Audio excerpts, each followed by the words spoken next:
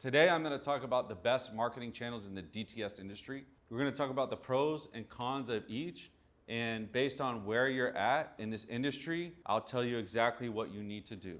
I just wanted to add before we get into the video that all the marketing channels work. A lot of times people just give up because they don't know what they're doing, or something happens, their first failure happens, they lose their ad account, they lose a bunch of bandit signs, they don't hire professionals, they literally will quit after the first failure. That's a big reason why most people fail.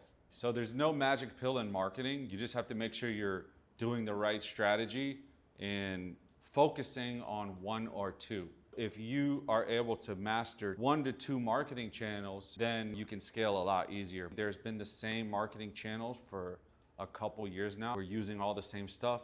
There's nothing new under the sun. It's just being consistent and trying to master it. You can get to 7 figures with 2 different marketing channels. If you master 2, it's definitely possible to do that. All it takes is mastery and scaling, making sure that you're hiring people to do some of the stuff for you, you figuring out exactly the message that you need to portray across on these different platforms. But it's very easy to profit a lot from 2 marketing channels. Actually, for me, I probably get from one source I get most of my leads from. The first marketing channel that we're gonna talk about is Facebook ads. Facebook ads is a small percentage of the leads we get. We do a lot of organic traffic, and we have a lot of customers that we've retained over the years. That's the really good thing about the DTS business is you can keep customers over time. You don't necessarily have to keep on doing more Facebook ads or doing more marketing.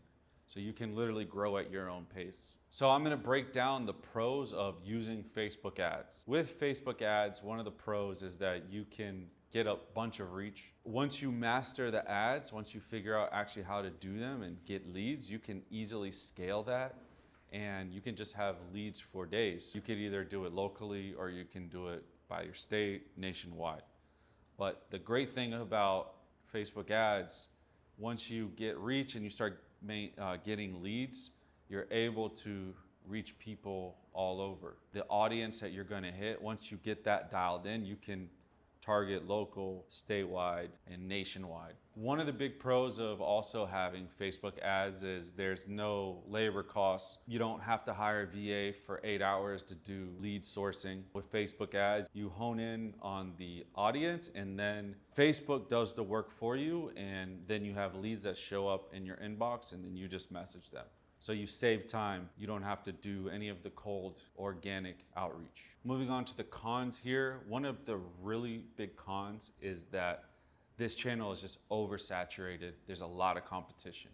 Everybody's targeting the same people. The good thing is that you get a lot of leads, so you can actually practice, but you're gonna lose a lot of leads at the same time with this process because they usually get the best pricing in the industry. So they're asking multiple companies, how much do you buy this for? So they're usually price shoppers. So it's harder to keep these leads because they know the market better. But at the same time, you are able to steal customers from other companies as well. And you still have a lot of opportunity to convert leads, to buy their products.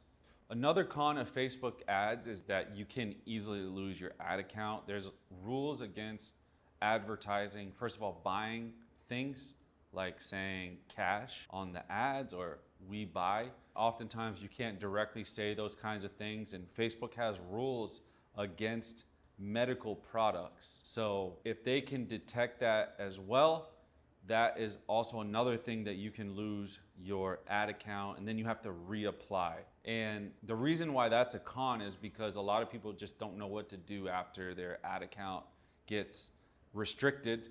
They just literally do nothing. I've been there before myself. When you're really busy and you don't really know what to do, you just kind of try it and then leave it alone. This is what happens with a lot of people that start using Facebook ads. So that's definitely a big con that you have to kind of make sure you stay out of, they call Facebook jail with the ads.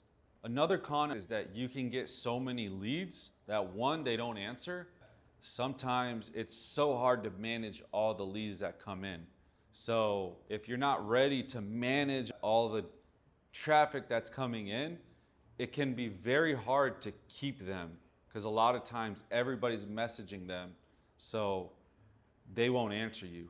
Or maybe they do business with you 1 month and then they just stop. That can be disheartening for some people that try and do the Facebook ads as well. One of the things that DTS business owners do wrong when they have Facebooks and they run ads is they don't answer their inbox on time. So that's why I really suggest that you would hire a VA or an admin person that can answer them all the time. So at least in the waking hours of your time zone, you need to be able to answer all of those messages that are coming in, because a lot of times these people are hot and they're ready. So if you don't answer them right when they message you, you might lose that lead really fast, or another company will message them faster than you. Just from like personal experience, I've messaged over 100 recently. I've messaged over 100 Facebook DTS pages, and most of them don't answer quickly. So that's another thing that I see as well. So the next marketing channel is Craigslist.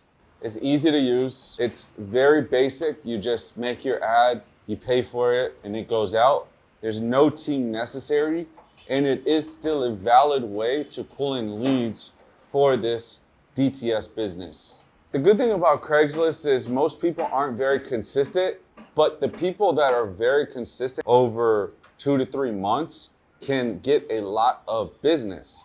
But if you go on Craigslist and you only do it once, 1 week or 2 weeks in a row, you may get little to no leads. So Craigslist is all about volume and consistency. So an easy way to actually take over the market with Craigslist is actually just being consistent with posting your ads.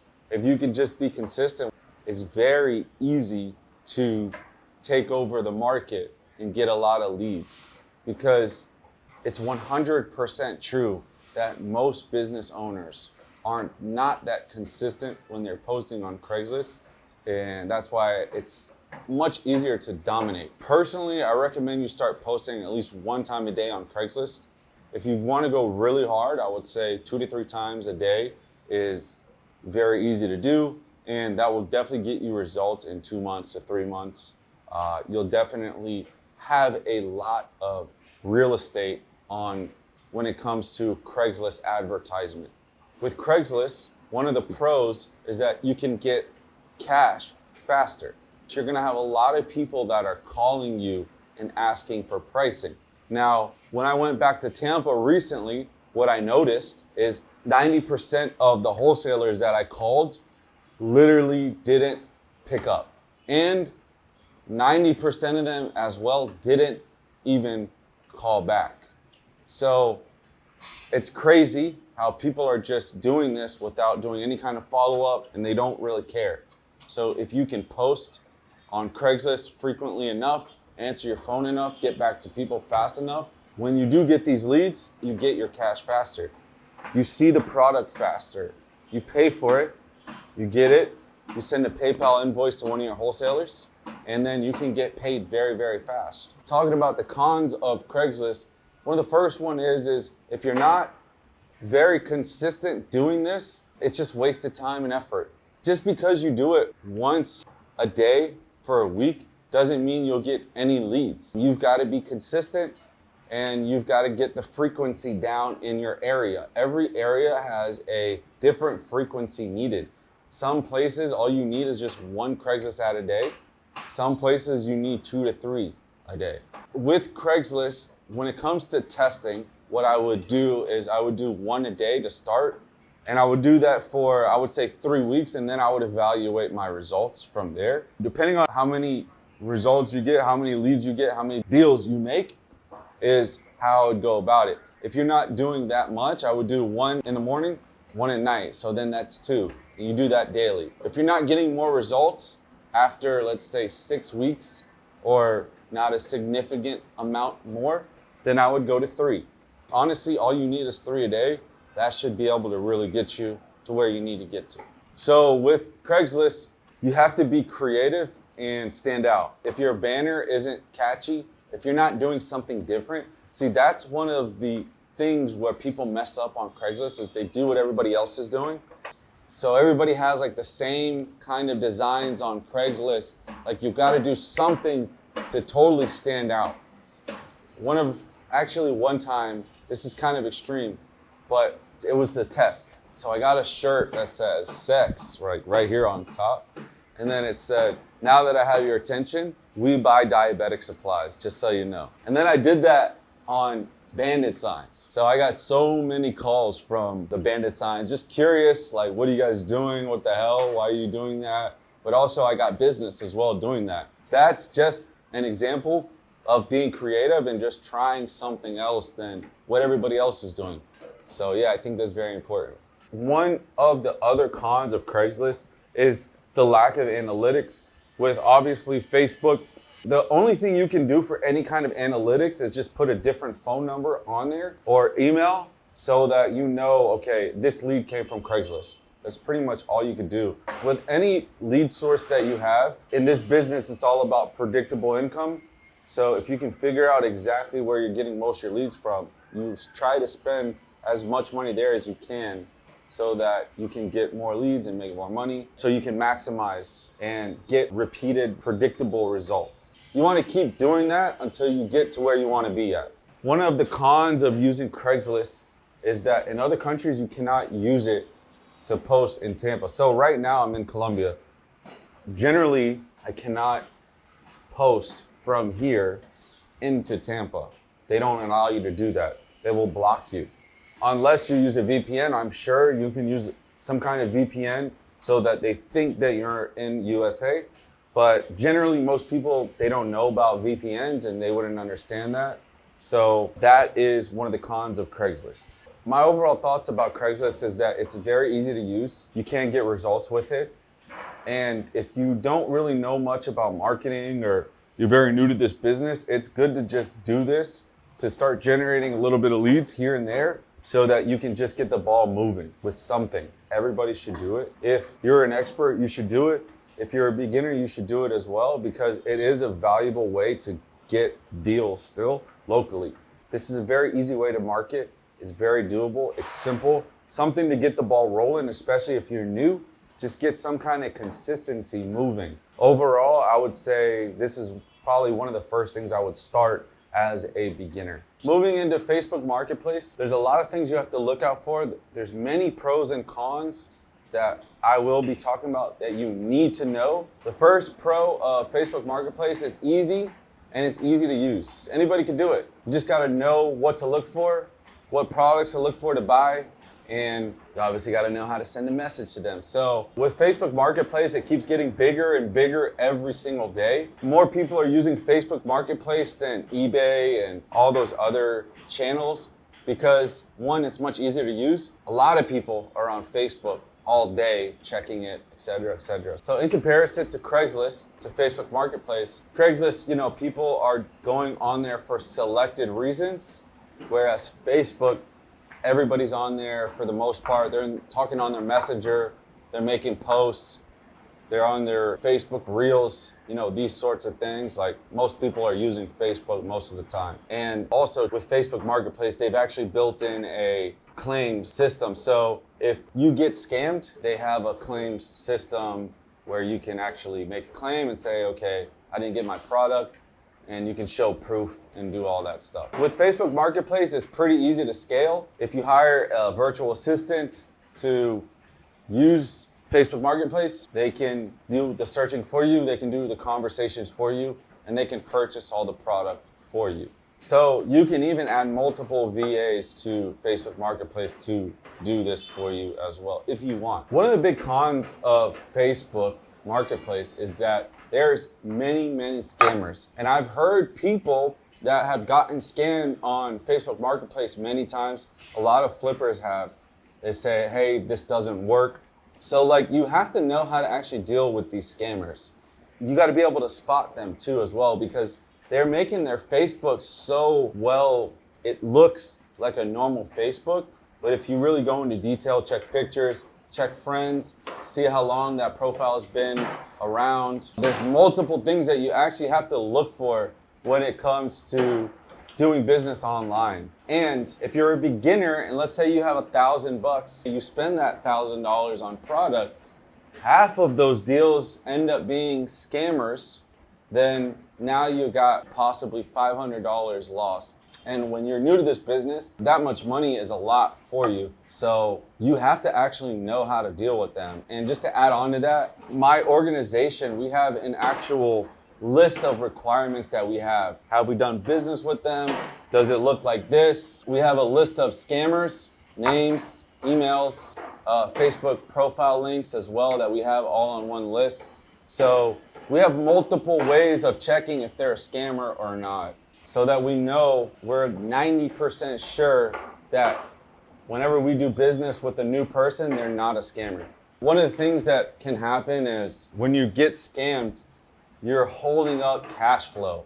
So you're gonna have to put a claims in.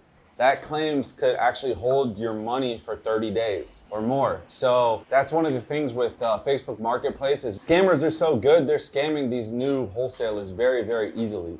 They know exactly what they're doing. Yeah, you might have to get scammed a couple times just to learn Facebook Marketplace the right way. The big point here is if you don't have enough money to use, then you could be easily scammed. Another big con of Facebook Marketplace is there's a lot of competition. It is saturated, so only the best get the deals. A lot of people just give up very easily on Facebook Marketplace because one, they don't know sales, so they can't pull off a deal. They quit when the seller says, I want more. They say Facebook Marketplace doesn't work. They always want more. So if you don't know how to do proper sales and get through objections and slowly get a deal, you're not going to be good at Facebook Marketplace. So you need to be well equipped when you go into using it, even though it's free. It is an accessible way to get deals and to create deal flow as well. As far as who should be using Facebook Marketplace, I would say if you are a beginner, you need to know what you're getting yourself into before you do it. A lot of people, they don't know what they're getting themselves into. So if you don't know, then you don't know. If you're an expert, you've been doing this business for a while, you should definitely get on there because you probably have more money to spend. You can burn through cash or you can get cash held up as well. So I would definitely suggest that for more advanced level people as well. So the next marketing channel is bandit signs. And the thing about bandit signs is it's very easy to do, it's easy to use, and you can scale this to really hit the numbers that you want to locally. As far as scaling with bandit signs, once you find out a location that's actually good to put up your bandit signs and you know that they stay there for longer than 3 days, and you start getting more deals and more deals, it's very turnkey. Once you know a good location, you just keep posting them there until the city starts taking them down after one day, or they start hiring people to actually take those particular signs down. But with bandit signs, you have to find the location, the streets where one, there's a lot of people, and then two, the city doesn't go and take down those signs really, really fast. Which in big markets, that's getting harder and harder to find because cities are now hiring people for the weekends to work. So you might put it up Friday night, it might get taken down Saturday morning. One of the pros with bandit signs is very easy to do and there's higher margins. So any local deals that you do, those are gonna be higher margins than online deals. And the online deals include Facebook Marketplace, Facebook ads, Google ads, all the paid marketing, boosting, Instagram ads, all that stuff. You're gonna find that there's more competition there. Whereas any kind of local advertisement, what we're talking about right now is bandit signs, you're gonna get higher margins and you're gonna get your cash much faster. One of the great things about bandit signs is it's local marketing. And with local marketing, anytime you get a customer in your city, in my experience, they're gonna be more likely to be lifelong customers than people that you get from anything on the internet. Paid ads and then non-paid marketing channels. Those kind of people are usually looking for the best price. They're usually not as loyal. Whereas people locally, a lot of times those people don't really even know how to use the internet, or they're not tech people. They don't spend a lot of time there, or they just generally don't trust the internet in general, so they think there's scammers everywhere. So Those kind of people, they just want their money fast. They don't want to think about it. They want their cash in their hands right after the product is sold. That's why I always say, if you want cash fast and you want lifelong customers, do local marketing. It's a lot easier to find those kinds of people. They're very reliable. They meet you at the same place every single time. They know exactly how to work with you. They're comfortable with you. You create a relationship with them. You build trust. Like, I still have customers that I've been working with for a very long time that meet up with my local people in Tampa, and they still do business with me till this day. So that's one of the good things about the local customer market. Bandit signs is very easy to do. Even beginners can do it. I would suggest all levels do it, but if you want to do something simple and get the ball rolling, create momentum, create reliable deal flow, then you can do bandit signs. It's very easy to do. The first con about bandit signs is that sometimes you need to try a bunch of different areas to find the best spot where to put the signs. So you have to worry about city workers. That's one of their jobs, is to take down the bandit signs. In most cities, it's not illegal to do it, but they can fine you. So you got to understand that. So that's why you never want to put your real number on those signs, and you just got to watch out. So with these bandit signs, it's constantly changing. So if I put up a bandit sign on a certain street and I see other people doing it, then other people are also going to start putting their signs there. What that does is it creates attention, obviously. So what the city is going to do is they're going to say, okay, people are putting up bandit signs on this street. We need to make sure we hire somebody to go take that down. And that's what happens. Recently, I came back from Colombia to Tampa, and I started doing local marketing again, bandit signs. And I tried my normal area that I usually choose when it comes to bandit signs, and literally my bandit signs were getting taken down by the next day, every single time. So then after I figured out that, okay, they basically know where I'm gonna put it and they take it down very quickly, then I had to find a new location to actually put these bandit signs. And I was able to actually find a couple streets, high traffic streets, that my bandit signs stayed up for 2 weeks. It's just about finding those locations that you can do that. And we did get some deals from those bandit signs, and we keep on getting our money back and more from those locations.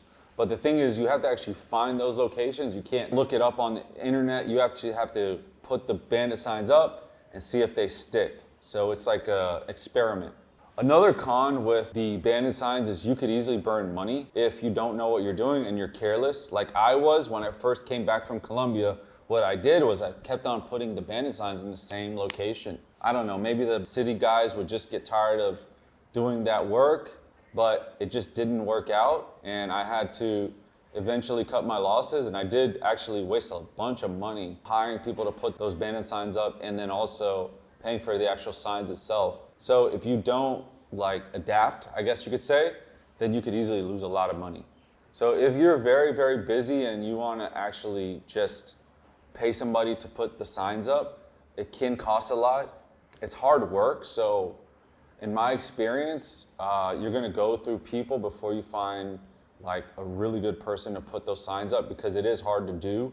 And a lot of times people have to do it at night. So you're only gonna get a certain person that's willing to, put those signs up at night at a certain time. So if you think you're just gonna pay the person, $1 per sign, or 50 cents a sign, 75 cents a sign, it's not gonna work. So these people now, they really expect a lot of money to just put these signs up. So my overall thoughts of bandit signs is that I really believe that everybody should use it. And I know I've said that a lot, but this is a very valid, legit channel of marketing that anybody can use and get results from if you do it long enough and figure it out. Also, who should be using it? I would say if you're a medium-sized business, you should be using it regularly. If you're a beginner, you should be using it very sparingly, and you want to put a small sample size out at a time. You don't want to put 100 up at once, because that's just a waste of money. Just put out maybe 50, or put up 25 and see what happens. I would say if you're right in the beginning, try putting up 25. See how long those 25 stick. Then keep going. Okay, this area it sticks. Okay, this area it didn't stick. And then just keep figuring out in different locations where you can put the signs up again. So if you're a beginner and you don't want to go through a lot of cash, that's the way I would do it strategically. Put up, let's say 25 at a time, see if they stick in this area. If they do, put more. If they don't, go to another area, test that out. And then as a medium-sized business, maybe you've been doing this for a while, I would say same deal. Maybe you can do 50 because you have more of a budget and you want to get your money back quicker. The more you put up, the more money you can make. Just think of it like that.